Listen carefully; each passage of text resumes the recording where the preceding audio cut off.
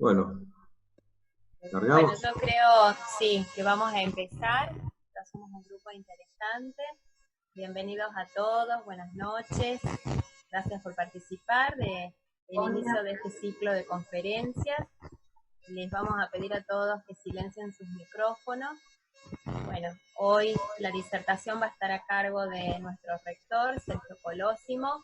Sabemos que tiene una importante trayectoria en el tema de adicciones.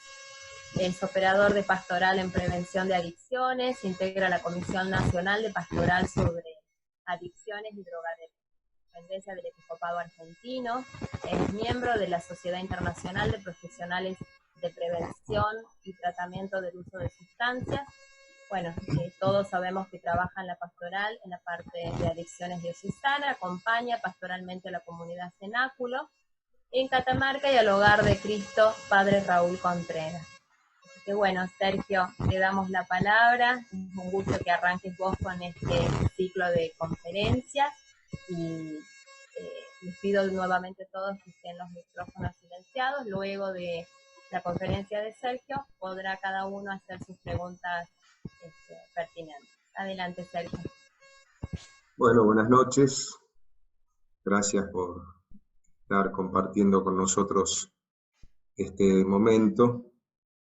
Simplemente lo que queremos es poner un poco sobre la mesa esta problemática que no es nueva, pero ahora tiene algún matiz distinto. Eh, Tomar conciencia como comunidad y ver cómo nos podemos preparar, ¿no? Mirá, el padre Eduardo también lo saluda, el perrito. Enseguida van a ver que el mío viene. Hola!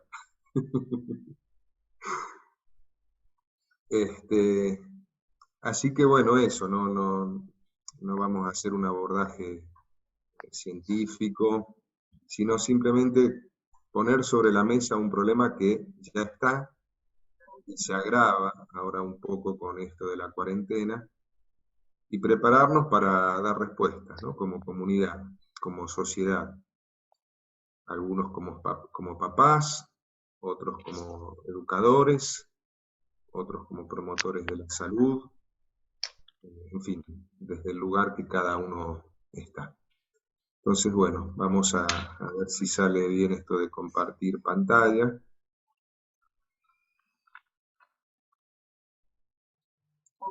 Parece que sí. Sí. Si no se escucha, por favor me hacen saber. Bueno,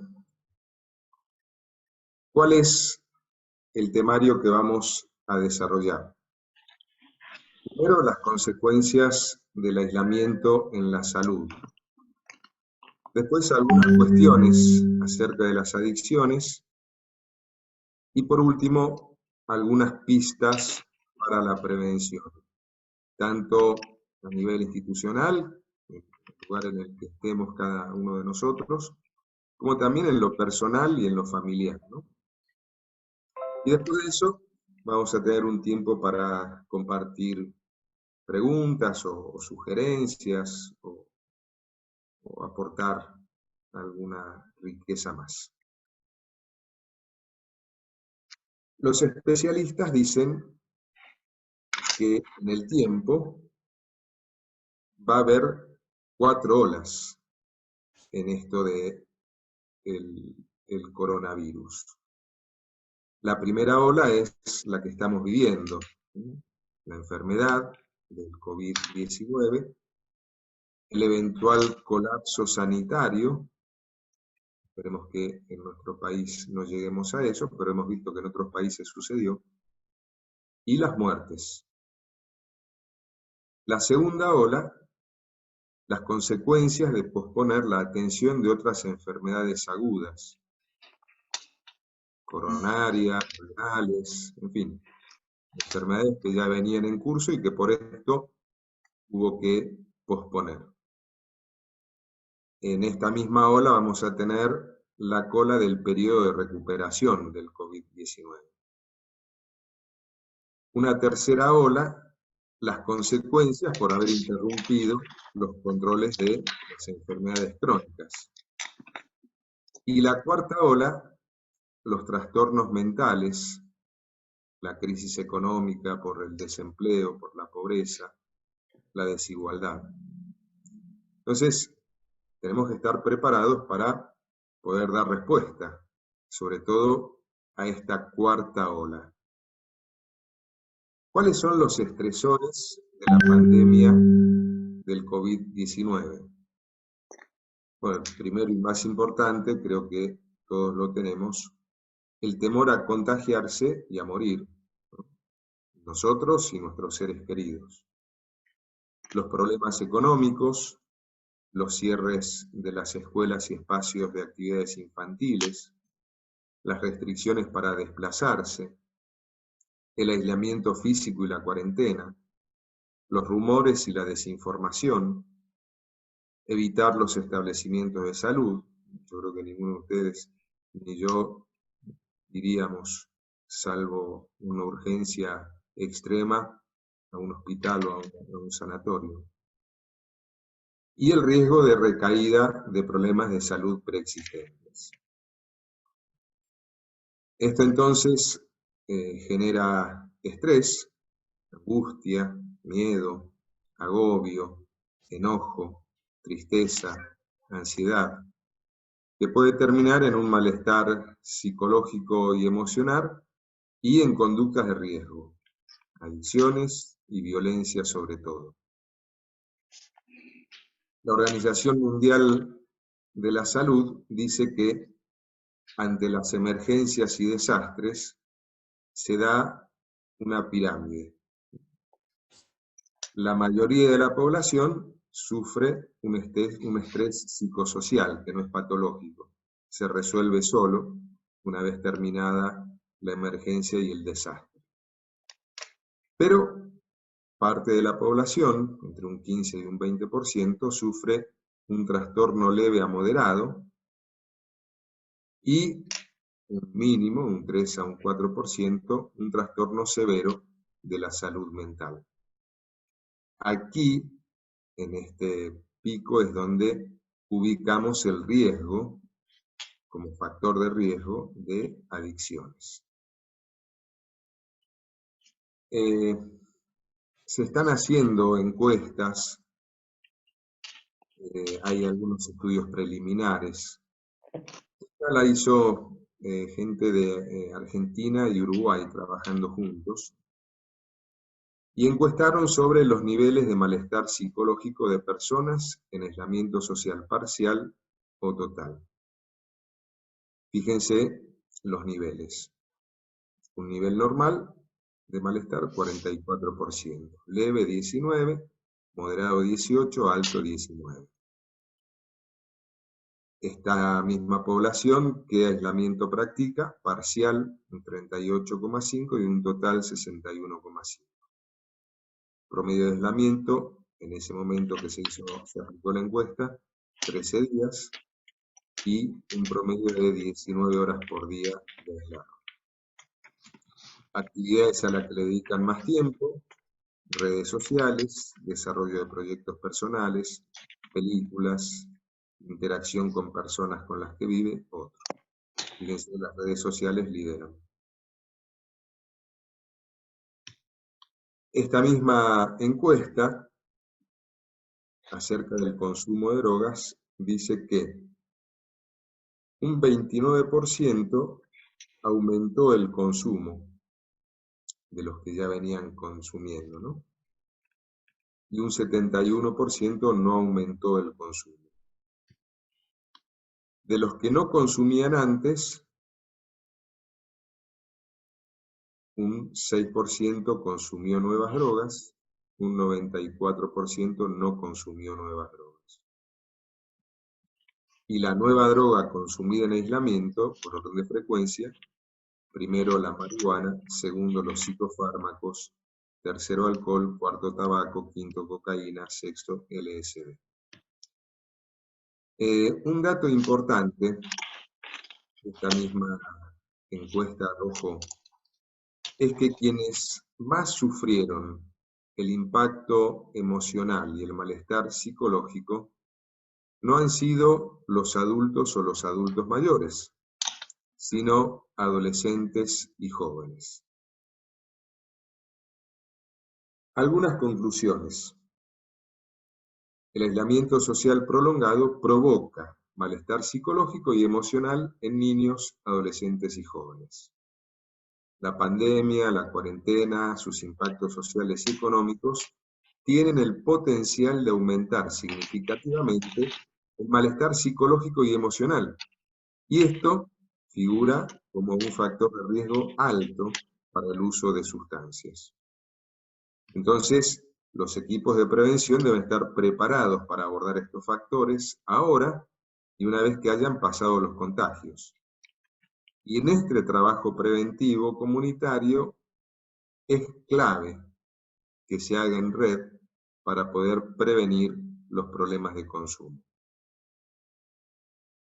Aunque el trabajo de prevención se ha vuelto más difícil, también es más necesario que nunca. Bueno, hasta ahí un poco el panorama de el COVID, la cuarentena y el riesgo de aumentar el consumo de los que ya venían consumiendo o de comenzar un consumo. Otro dato también que no dije es que aumentó considerablemente el uso y el abuso de ansiolíticos, algunos recetados, ¿no? Ante el estrés, los médicos han indicado ansiolíticos. Esto con el riesgo de que se genere una adicción, ¿no? Si yo tomo pastillas para dormir, después no voy a poder dormir si no uso pastillas. Y así con todas las otras situaciones, ¿no? Bueno, vamos a la segunda parte. Algunas cuestiones acerca de las adicciones. ¿Por qué consumen las personas estas sustancias? Las personas lo buscan como un escape, porque buscan evadir una realidad, porque la realidad resulta dolorosa o difícil de enfrentar. Esta que estamos viviendo puede ser una de ellas. Recordemos que la adicción es una enfermedad que presenta una dependencia hacia una sustancia, natural o sintética, hacia una actividad o hacia una relación interpersonal. Está representada por deseos irrefrenables que, a diferencia de los simples hábitos, son dependencias que pueden provocar graves consecuencias para la salud, llegando a comprometer seriamente las distintas dimensiones de la persona. Entonces, una adicción puede ser no solamente una sustancia, puede ser una actividad, una relación. Decimos también que hay adicciones sin sustancia, hábitos de conducta, conductas problemáticas. La adicción está determinada en función del grado de interferencia en las relaciones. Las más comunes, adicción al trabajo, a las nuevas tecnologías, al juego, al sexo, a la pornografía, al ejercicio físico. Y recordemos que es una droga.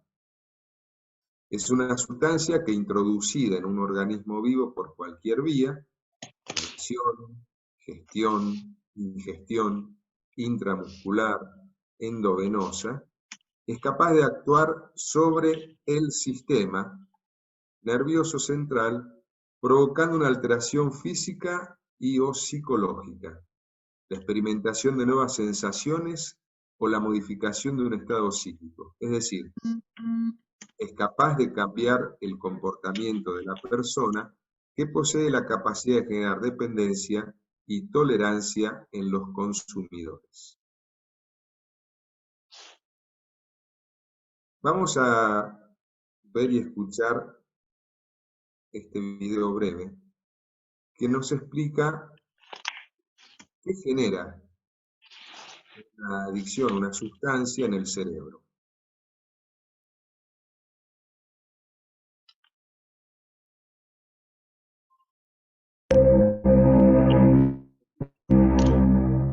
Todas las drogas tienen un efecto sobre el sistema nervioso central. En concreto, el punto común en todas ellas es su acción sobre el sistema límbico, la parte del cerebro que controla las emociones y los impulsos más primarios. Este control lo ejerce proporcionando a los diferentes estímulos sensoriales externos una connotación afectiva agradable o desagradable.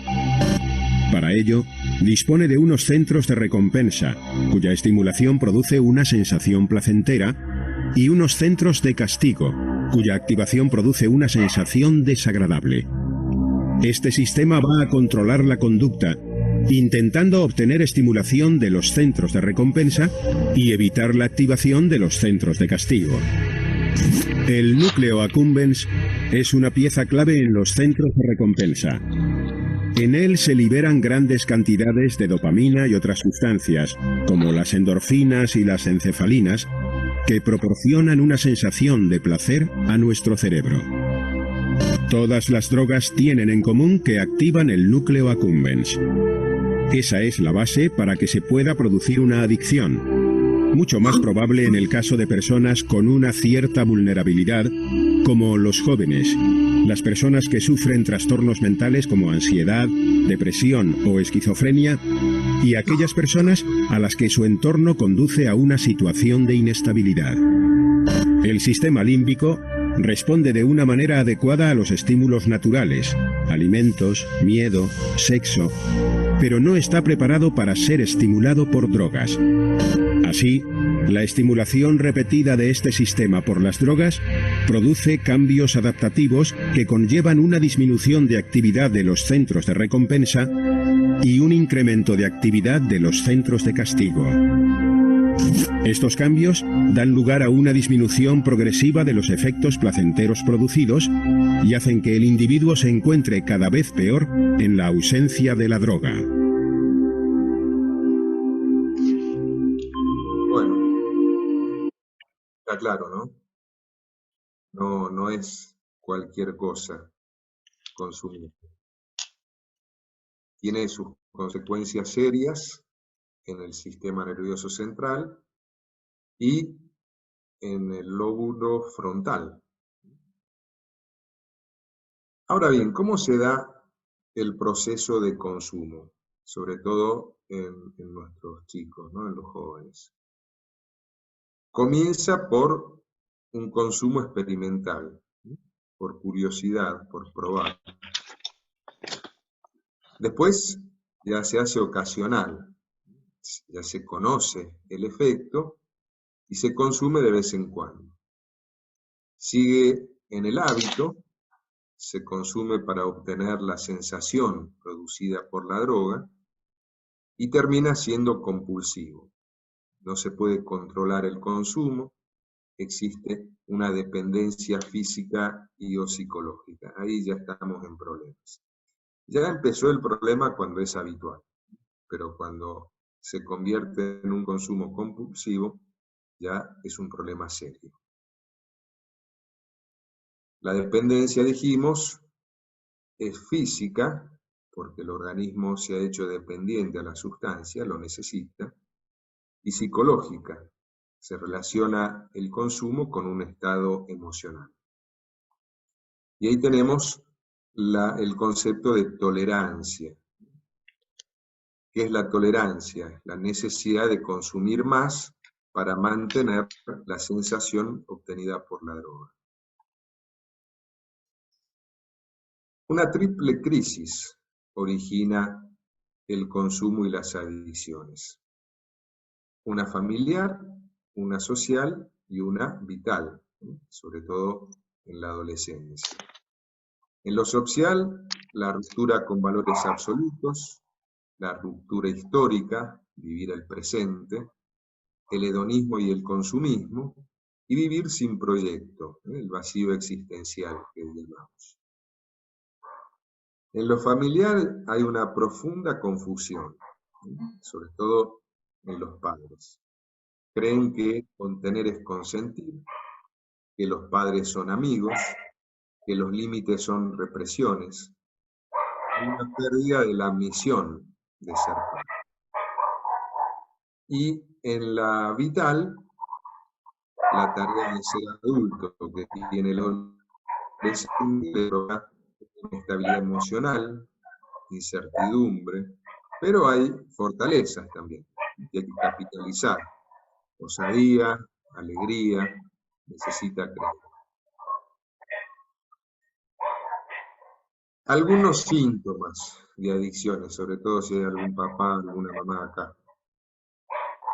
Ojo, esto no es una receta, no porque se dé esto o algunas de estas necesariamente es un síntoma de adicción, pero son alertas. El abandono del grupo de amigos no consumidores, el desinterés por actividades que no tengan relación directa con el consumo, la preocupación por disponer de la sustancia, el uso compulsivo de la sustancia, problemas de rendimiento escolar o laboral, irritabilidad, agresividad, inquietud, nerviosismo, disminución del apetito, dificultades para dormir que ceden al consumir, distracción, risas excesivas, ojos enrojecidos, dificultad para coordinar movimientos, lenguaje incoherente, cambio en los hábitos de higiene y en la apariencia personal, desaparición de objetos de valor de la casa. Bueno, si surgen varios de estos, es como para empezar a poner atención. Vamos a la tercera parte. Empezar a pensar en la prevención. ¿Por qué las adicciones entran en nuestras familias, en nuestras comunidades? Bueno, por lo que respiramos, ¿no? Por la atmósfera. Indiferencia, consumismo, publicidad, hogares rotos, falta de proyectos, de valores, precarias condiciones sociales, el alarmante tráfico y comercio de drogas. Tenemos lo que llamamos factores de riesgo y factores de protección. Fíjense, no los voy a leer a todos, en este cuadro tenemos factores de riesgo individuales, es decir, de la persona en sí, familiares y sociales. Miren cuántos. Y cuántos que están tan presentes en la sociedad. Si quieren fijarse en los familiares, falta de claridad en la conducción, contradicción en el discurso de los padres, falta de guía y supervisión, ausencia de ellos, falta de cuidado y relación cálida. Bueno, estos factores hacen que sea más posible el consumo en adolescentes y jóvenes. Frente a estos factores de riesgo, tenemos factores de protección, que también los tenemos en los tres ámbitos, en el individual, en el familiar y en el social. Interacción y apego en lo familiar, atención, apoyo amoroso y sensibilidad, expectativas positivas, responsabilidades compartidas, normas y reglas claras, afrontamiento eficaz de los conflictos. Vamos a detenernos en algunos factores de riesgo, sobre todo en los que tienen que ver con la dimensión familiar. Porque existen determinados modos de relacionarse con los hijos que pueden favorecer el desarrollo de ciertas conductas problemáticas favorecedoras del uso de drogas. Por ejemplo, la sobreprotección. Exceso de protección que no obedece a motivos reales, sino deviene de la angustia de los padres. Genera poca autonomía, irresponsabilidad, escaso sentido crítico, dificultad para tomar decisiones, dependencia, falta de comunicación, dificultad para escuchar o responder adecuadamente al hijo, genera inseguridad, ansiedad, dependencia del grupo, problemas de integración, subordinación, dificultad para fijar límites, excesiva permisividad o rigidez por no poder dar la autonomía que su edad requiere. Genera dificultad para interiorizar normas, rigidez, transgresión. Necesidad imperiosa de que el adulto lo normativice todo.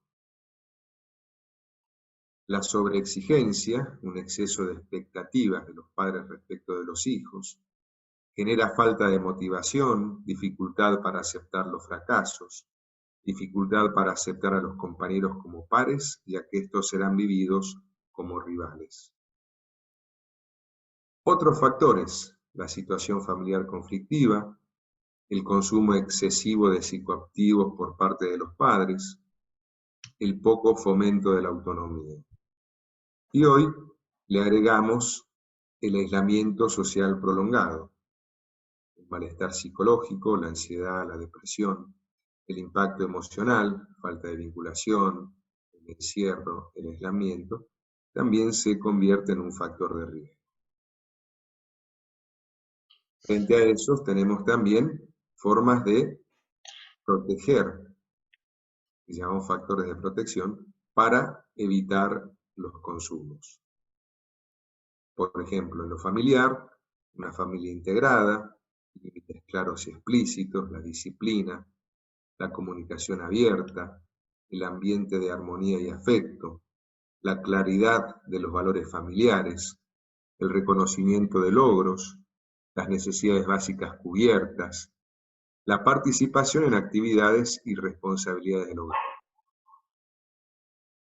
Entre los factores personales y ambientales que favorecen las adicciones, sin duda el principal es la falta absoluta o relativa de la familia.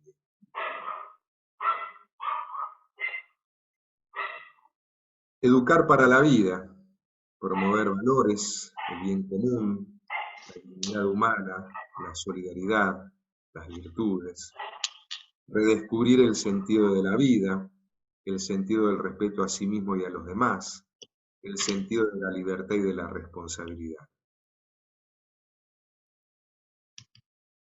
Islandia tiene un modelo exitoso de prevención. Obviamente no es para copiar, pero para tener en cuenta. No solamente en lo macro, en la prevención estructural, sino en lo que cada uno de nosotros puede hacer para prevenir. Veámoslo. Fíjense los resultados que logró en 22 años. La línea color celeste es alcohol, la línea de color anaranjado es el cigarrillo, y la de color verde, la marihuana. Fíjense en 22 años cómo lograron reducir estos tres consumos, ¿no? ¿Cómo lo hicieron?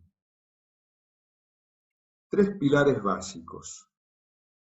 La evidencia científica, sí, se dedicaron a estudiar, a investigar. El enfoque comunitario, muchas veces en esto fallamos, ¿no? Creemos que el problema de las drogas los va a resolver el psicólogo, el psiquiatra. Entonces lo llevamos al chico al médico y chao, que se arregle con él. La prevención y la rehabilitación es un tema comunitario. Es la comunidad la que se tiene que hacer cargo de esta problemática. No es de especialistas, ni del profesional, ni del tema. Es de todos. Por eso el tercer pilar es el diálogo entre la autoridad política, entre el que está trabajando en esto y en el investigador, que es el que le da insumos, retroalimenta para ir mejorando las prácticas, tanto preventivas como de rehabilitación. Un cambio de paradigma utilizó Islandia. ¿Qué sucede en los modelos vigentes, incluso en el nuestro, ¿no? Todos tenemos algo que decirle a los menores y adolescentes diferentes. La familia, la escuela, los profesionales, los medios de comunicación, los cuerpos de seguridad. Todos le damos consejos y todos le decimos no hagas esto, hacia aquello. Bueno, Islandia pasó de este modelo a este otro. Todas esas instancias, que son las mismas del gráfico anterior, empezaron a unirse en trabajo colaborativo. Buscaron acciones más coherentes con el discurso. Trataron de ser mejores modelos para los adolescentes y jóvenes. Y juntos crearon condiciones más saludables. Los ámbitos de intervención de esta estrategia preventiva iba desde lo local a lo nacional. La familia, el grupo de pares, la escuela y el tiempo libre. Nosotros descuidamos un poco el grupo de pares y el tiempo libre. Sin embargo, a cierta edad es el ámbito que más interviene, que más peso tiene en nuestros adolescentes sobre todo. ¿Cómo hicieron esto? La familia mejoró y aumentó el tiempo que pasan los padres con sus hijos, el soporte parental, el control parental, con quién y dónde están los hijos, la colaboración parental. ¿Cómo trabajaron con los pares? Promovieron un mayor compromiso con los grupos de amigos que usan sustancias. Debe tener activado el uso del audio. Los padres conocen a los padres de los amigos. En la escuela, lograron un mayor compromiso escolar y con los estudios. Tiene que salir de la reunión y hacer una configuración ahí para permitir el uso de audio de internet. Mejoraron el clima escolar, convirtiéndolo en positivo. Y trabajaron para una escuela como lugar seguro, sin bullying ni otro tipo de violencia. En cuanto al tiempo libre, lograron no permanecer tarde en las calles durante la noche. Participación en actividades extracurriculares y organizadas, con presencia de adultos. No permitir las fiestas de adolescentes sin la supervisión de los adultos. Ahora, todo esto se logra si de verdad hay un trabajo de equipo de una comunidad que se compromete en la prevención. Y un trabajo en red. Autoridades políticas, profesionales de la salud, familia, escuela.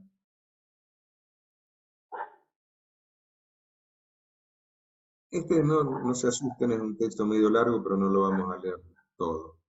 Es un extracto de un comunicado del equipo de sacerdotes para la Villa de Emergencia del 2009. ¿Cómo proponen ellos que tenemos que mirar la prevención? Se trata principalmente de crear ámbitos de contención y escucha, fortalecer las familias, ámbitos de recreación y de construcción de un proyecto real. La verdad es que se logra poco con el no a la droga, sin un fuerte sí a la vida.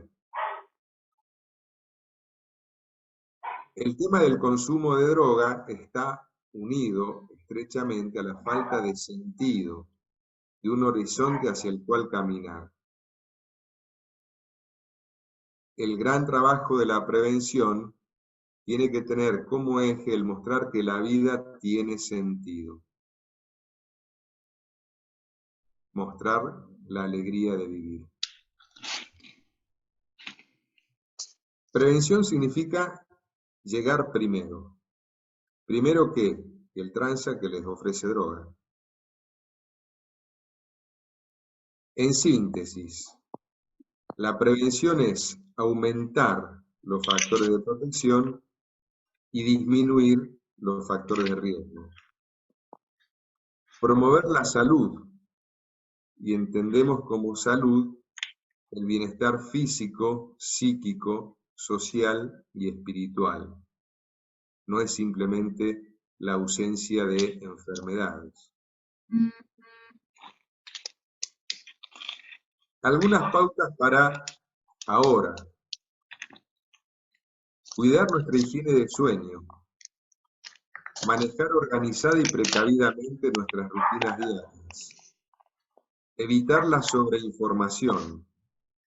Evitar comprar alcohol o cigarrillos. Respetar el distanciamiento físico. Mantenernos activos físicamente. Tratar de mantenernos conectados con quienes queremos. Cultivar las relaciones saludables. Desarrollar un pensamiento positivo.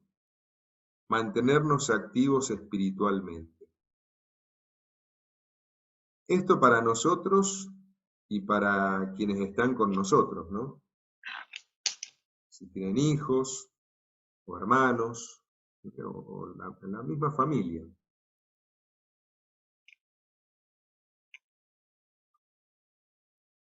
¿Qué lecciones nos está dejando este COVID? Tener salud es nuestra mayor riqueza. La vida es breve y cambia sin previo aviso. Nuestros seres queridos son un regalo de Dios. Los empleos pueden perderse, el talento no. La oración y la paz son esenciales ante una crisis. El Papa Francisco dice que en este tiempo ha visto florecer 7 virtudes: la mansedumbre, la compasión, la humildad, la magnanimidad, la solidaridad, la paciencia y la valentía. Creo que en medio de esta situación tan inédita que estamos viviendo, podemos rescatar muchas cosas, ¿no? Y estas cosas son las que nos ayudan también a hacer prevención. Recordemos, prevenir es llegar antes. Y tenemos que llegar antes ahora. Y tenemos que estar preparados para cuando volvamos a la normalidad. No sé qué normalidad, pero bueno, cuando esto se termine. Muchas gracias. ¿Preguntas? Si alguien quiere hacer una pregunta, hacerla habilitando su micrófono, por favor.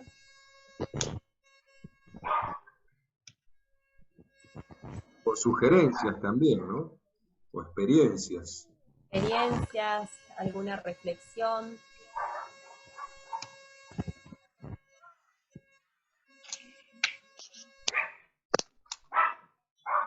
Creo que ha sido muy claro, Sergio.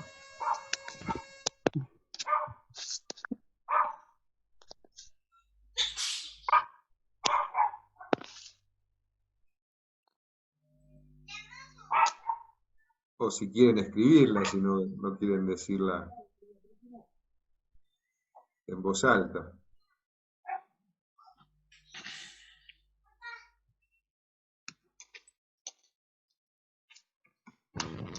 Quizás alguna vivencia también, ¿no? Porque cada uno está viviendo esta cuarentena de diferentes formas, con diferentes problemáticas, preocupaciones también diferentes, realidades. Sí, saber que en esto estamos haciendo camino juntos, ¿no? Estamos aprendiendo día a día y sobre todo a trabajar en la ansiedad de no tener un futuro preciso, de no saber, simplemente no saber cómo va a ser el día de mañana. Tiene una fecha. Miren, cuando nosotros nos planteamos este tema, todavía no se hablaba de esto en los medios de comunicación. Gracias a Dios, hace una semana, 10 días, empezó a aparecer tanto en los diarios como en algunos noticieros, estos estudios que se están haciendo del impacto de la cuarentena en la sociedad y en la salud, ¿no? Porque antes se hablaba del impacto en la economía, en lo laboral, pero bueno, ahora, gracias a Dios, ya se está poniendo sobre la mesa este tema también. Sí, acá justamente Jorge está diciendo que en su caso es operador telefónico y que siempre escucha llamados sobre el COVID-19. Carla dice si puedes profundizar sobre que la sociedad debe hacerse cargo. Eso me parece muy, muy importante, Carla. Bien. Antes de pasar a esa, y confirmando el comentario anterior de Jorge, ustedes saben que la CEDRONAR es el organismo oficial que se encarga de la prevención y de la recuperación del Estado, ¿no? Y tienen un número, que también pueden llamar, para buscar ayuda. Bueno, las 2 primeras semanas creció un 40% el número de llamados, y del total, más de la mitad tenían que ver con problemas de consumo. Así que sí, es así. En cuanto a lo que decía Carla, sin duda, este problema es un problema de la comunidad, de la sociedad. Y tenemos que asumirlo así, porque si no, no vamos a lograr resultados. Si yo creo que el problema de las drogas es un problema, por un lado, de la policía, que tiene que pillar a los narcotraficantes, y por otro lado, del psicólogo, del psiquiatra, que tiene que tratar al enfermo, y yo me lavo las manos, y la cosa va a seguir y va a empeorar. Es decir, nos tenemos que hacer cargo como sociedad, como comunidad, de que este es un problema de todos. La prevención la tenemos que hacer entre todos. Yo puedo aportar mucho a esto de prevenir. Y no solamente en el plano personal, si yo tengo a alguien en mi familia o en mi entorno, sino socialmente, ¿no? Comprometerme en esto. No convertirme en un factor de riesgo con mi silencio, con mi omisión, o con mirar para otro lado, sino comprometerme activamente. Vimos algunos caminos, hay un montón más. Entonces, por eso tenemos que asumirlo. Asumirlo en el barrio, asumirlo en la parroquia, asumirlo en la escuela, asumirlo en la familia.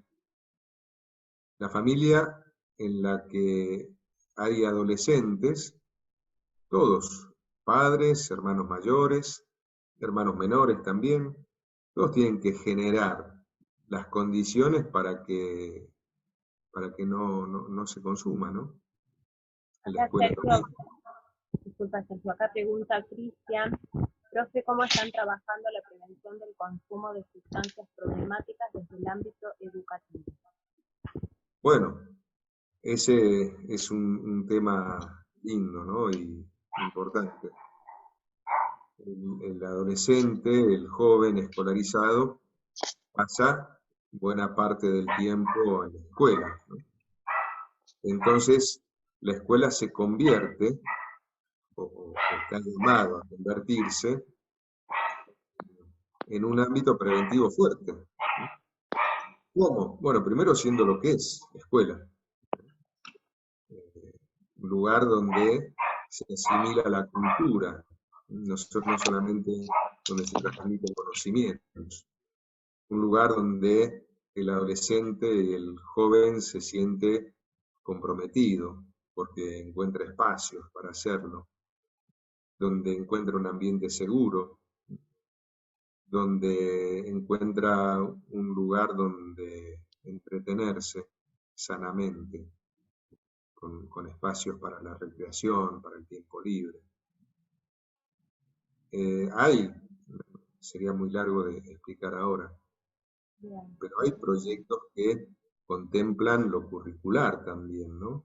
Prevenir desde el currículum, desde las asignaturas, prevenir desde el ambiente, ¿no?, de la escuela, prevenir desde eso que no está en el currículum y que se transmite. En fin, Bien. hay un montón. Bueno, acá tenemos otra pregunta de Marcela. ¿Qué necesidades tienen en el hogar de Cristo que podamos colaborar de algún modo? Gracias, Marta. Bueno, el hogar de Cristo es un dispositivo comunitario. Entonces, la primera necesidad que tiene es que la comunidad esté, ¿no?, que se comprometa. No solamente con ropa, con alimentos, que siempre vienen muy bien y son necesarios, ¿no?, pero también con lo que cada uno puede dar de sí mismo, ¿no? Todos tenemos talentos, cualidades, facilidades. Bueno, ser capaces de compartir esos dones que Dios nos dio y que sirven para acercarnos al joven, al adolescente que está transitando o empezando un camino de recuperación. La presencia, el tiempo, es muy valioso para el hogar. Así que, de todo, ¿eh? Pero fundamentalmente presencia, oración, materiales.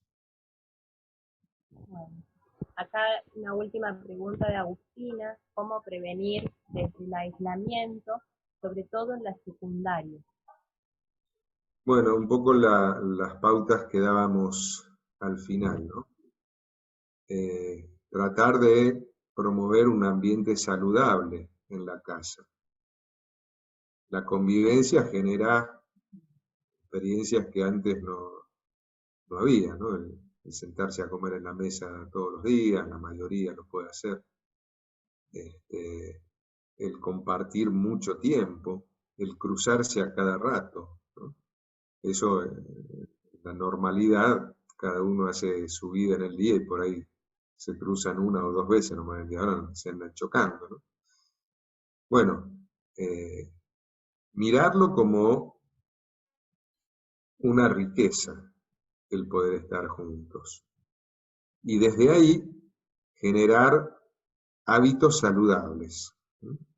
Decíamos, por ejemplo, mantener las rutinas, una hora de acostarse, una hora de levantarse, una hora de hacer las tareas, una hora de limpiar la casa, repartir las tareas, ocupar el tiempo en actividades recreativas pero sanas, evitar el exceso de medios de comunicación, evitar el consumo de alcohol, mantener la vida familiar, donde el papá y la mamá, si es que estén, sigan siendo papá y mamá. Bueno, la actividad física incluso dentro de la casa. Y decíamos estar activos espiritualmente también, ¿no? Recuerden que somos una unidad de cuerpo y alma, ¿eh? El hombre es una unidad bio, psico, social y espiritual.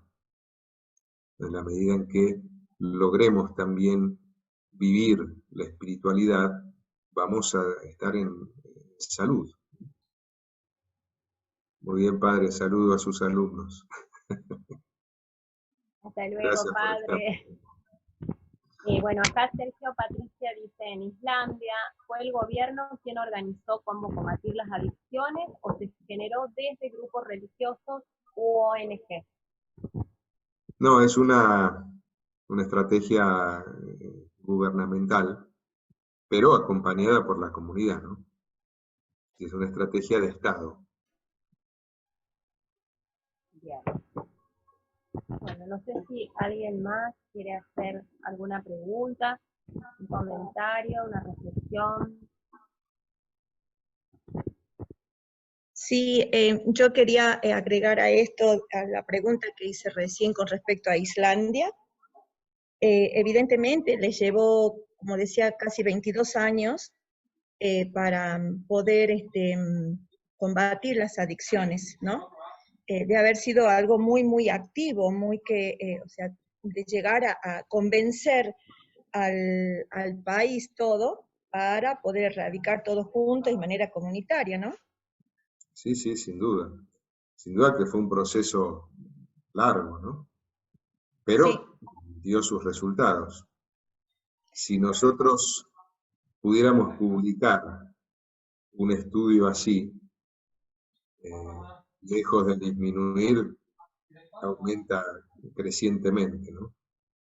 usted conoce que acá en Argentina sí que se está comenzando por lo menos a poner en práctica esto desde lo gubernamental, este tipo de organización o de planificación, No, ¿o no? no. No, lamentablemente. No hay una política clara, ni de prevención ni de rehabilitación. La iglesia sí, Sí, eh, tiene, digamos, por lo menos más claro esto, y desde las diócesis se está trabajando en una línea común, que son lineamientos trabajados desde la Comisión Nacional de Drogadependencia.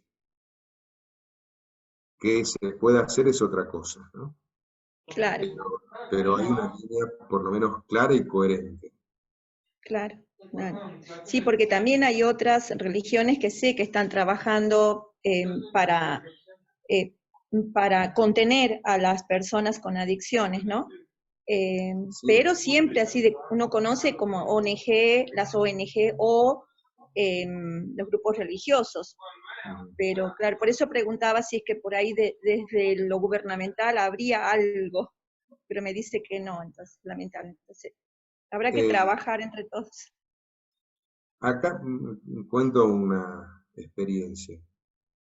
Acá en Catamarca estamos trabajando desde la Pastoral de Adicciones Sí. con salud, desde el Ujú. municipio y de la provincia. Estamos trabajando también con seguridad, pero cuesta, ¿no? Sí.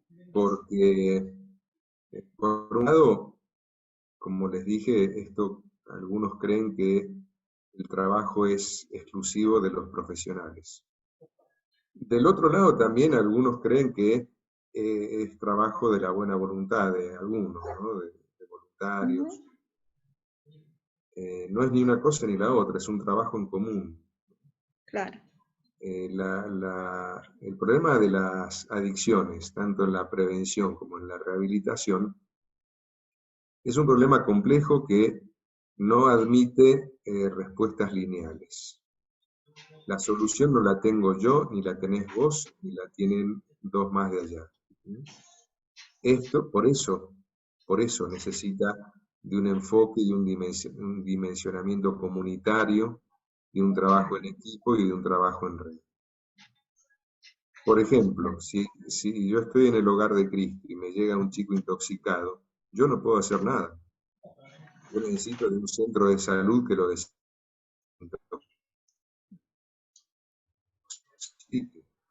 Después vemos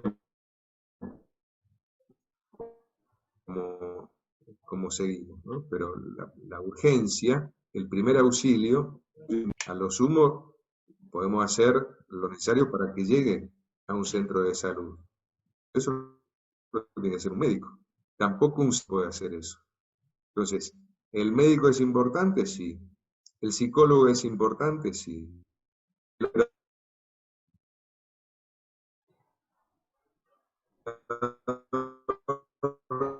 No se está escuchando tu voz. Terapéutico es importante con equipo, reconociendo los límites de cada uno, ¿no? Y desde ahí salimos a trabajar juntos.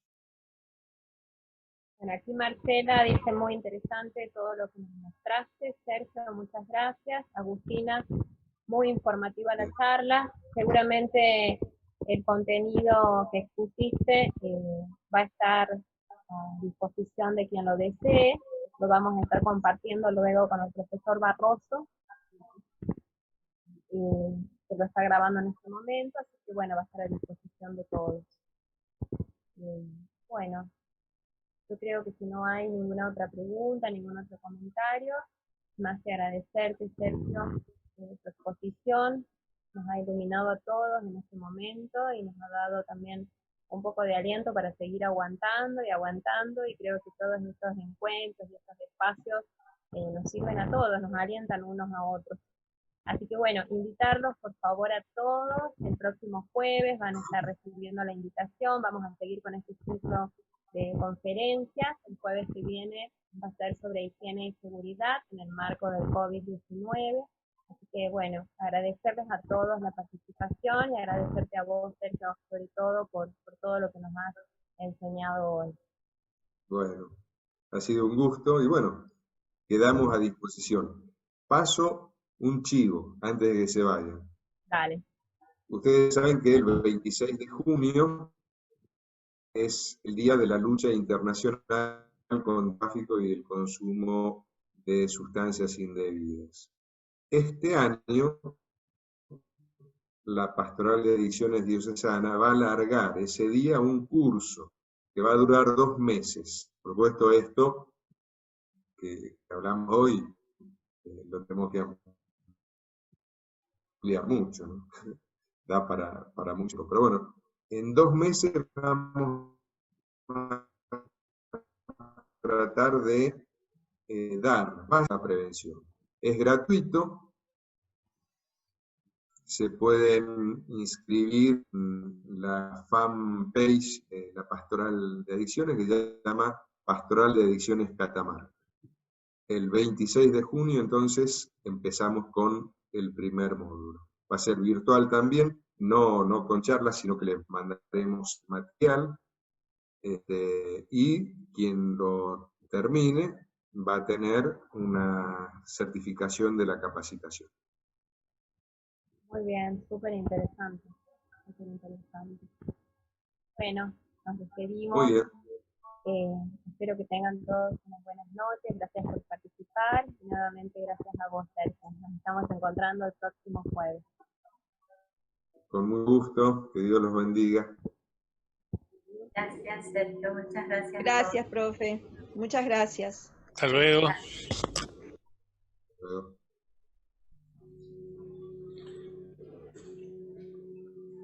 Hasta luego. Gracias, profe. Hasta luego.